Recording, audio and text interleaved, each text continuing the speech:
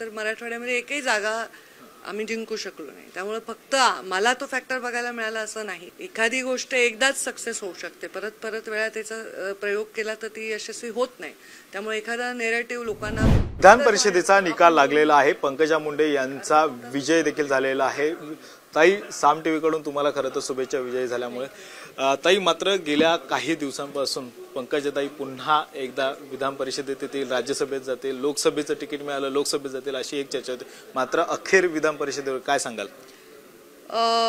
ही सुरुवात आहे विधान परिषदेवर असं मी म्हणेन. कारण असं आहे की आता राज्यात निवडणुका आहेत आणि राज्याच्या निवडणुकांमध्ये योगदान देता यावं, आपल्या स्वतःच्या राज्यामध्ये आपल्याला काम जास्त चांगलं करता यावं, याच्यासाठी ही संधी पक्षाने मला दिली असावी आणि त्याच्यामुळे त्या संधीचं सोनं करण्यासाठी मी प्रयत्न करीन. मी खूप आनंदी आहे.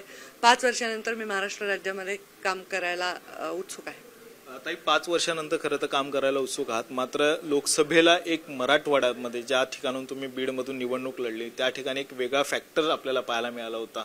जातीवादीचं एक राजकारण पाहायला मिळालं होतं. असं जर तुम्ही म्हणालात तर मराठवाड्यामध्ये एकही जागा आम्ही जिंकू शकलो नाही. त्यामुळे फक्त मला तो फॅक्टर बघायला मिळाला असं नाही. राज्यामध्ये मराठवाड्यात हा राज्यामध्ये एक विषय नक्की आहे आणि तो विषय असतो. एखाद्या काळामध्ये एखादा मागणी असते एका समाजाची आणि दुसऱ्या समाजाच्या मनामध्ये त्याच्याबद्दलची एक हुरूर असते की आमचं काही अडचणीत येऊ नये.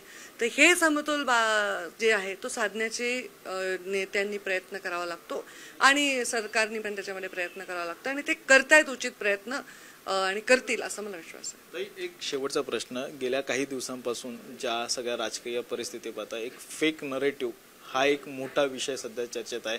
कारण की तुम्ही पहिल्याच प्रश्नात म्हणालात की आगामी विधानसभेला सामोरं जायचं, त्यामुळे या सगळ्या गोष्टींना कशा पद्धतीने सामोरे जाणार? एखादी गोष्ट एकदाच सक्सेस होऊ शकते, परत परत वेळा त्याचा प्रयोग केला तर ती यशस्वी होत नाही.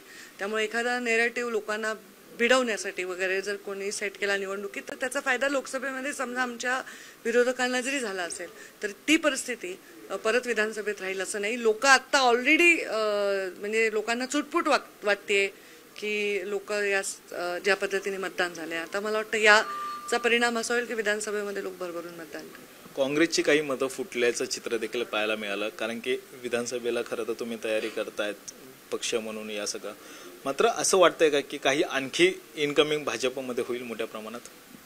आता त्याच्याविषयी काही मी आता भाष्य करू शकत नाही. इनकमिंग भाजपच्या जे हिताचं आहे ते इनकमिंग भाजपमध्ये झालं तर त्याचं स्वागतच आहे, पण आता त्याच्यावर काही मी भाषण करू शकणार नाही. आणि ही निवडणूक आम्ही तर अत्यंत आत्मविश्वासात होतो की आम्ही जिंकणार आहोत सगळ्याच्या सगळ्या जागा. त्यामुळे आमचं ते खरं ठरलंय.